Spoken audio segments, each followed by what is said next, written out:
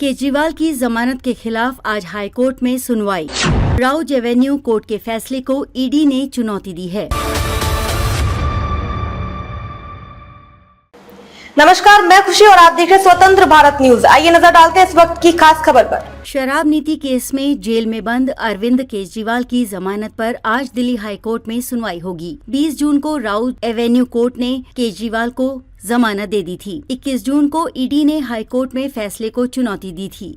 25 जून को इस पर सुनवाई हुई। ईडी ने तब हाई कोर्ट से कहा था कि ट्रायल कोर्ट ने हमारा पक्ष ठीक से नहीं सुना। दोनों पक्षों की दलीलें सुनने के बाद हाई कोर्ट ने कहा सही ढंग से बहस नहीं हुई थी, इसलिए राउज एवेन्यू कोर्ट के फैसले को रद्द करते हैं। कोर्ट ने कहा फैसले को देखकर ऐसा लगता है कि केजरीवाल को जमानत देते समय विवेक का इस्तेमाल नहीं किया। अदालत को ईडी को बहस करने के लिए पर्याप्त अवसर देना चाहिए था। दिल्ली सीएम केजरीवाल पर ईडी के अलावा सीबीआई का केस भी चल रहा है। शराब नीति में भ्रष्टाचार को लेकर सीबीआई ने उन्हें 26 जून को गिरफ्तार किया था। 12 जुलाई को सुप्रीम कोर्ट ने केजरीवाल को ईडी के केस में अंतरिम जमानत दे दी थी, लेकिन मामला बड़ी बेंच को ट्रांसफर कर दिया गया था। इस पर सुनवाई की तारीख सामने नहीं आई है। ट्रायल कोर्ट की टिप्पणी पर विचार नहीं किया जा सकता, पूरी तरह से अनुचित है। ये दर्शाता है कि ट्रायल कोर्ट ने सामग्री पर अपना दिमाग नहीं लगाया है। इस बात पर मौजूद तर्क दिया गया कि जज ने धारा 45 PMLA की दोहरी शर्त पर विचार विमर्श नहीं किया। ट्रायल कोर्ट को ऐसा कोई निर्णय नहीं देना चाहिए जो हाई कोर्ट के फैसले से उलट हो। ट्रायल कोर्ट ने धारा 70 PMLA के तर्क पर भी विचार नहीं किया है। कोर्ट का ये भी मानना है कि सुप्रीम कोर्ट ने केजरीवाल को लोकसभा चुनाव के लिए जमानत दी थी। एक बार जब उनकी गिरफ्तारी को चुनौती देने वाली याचिका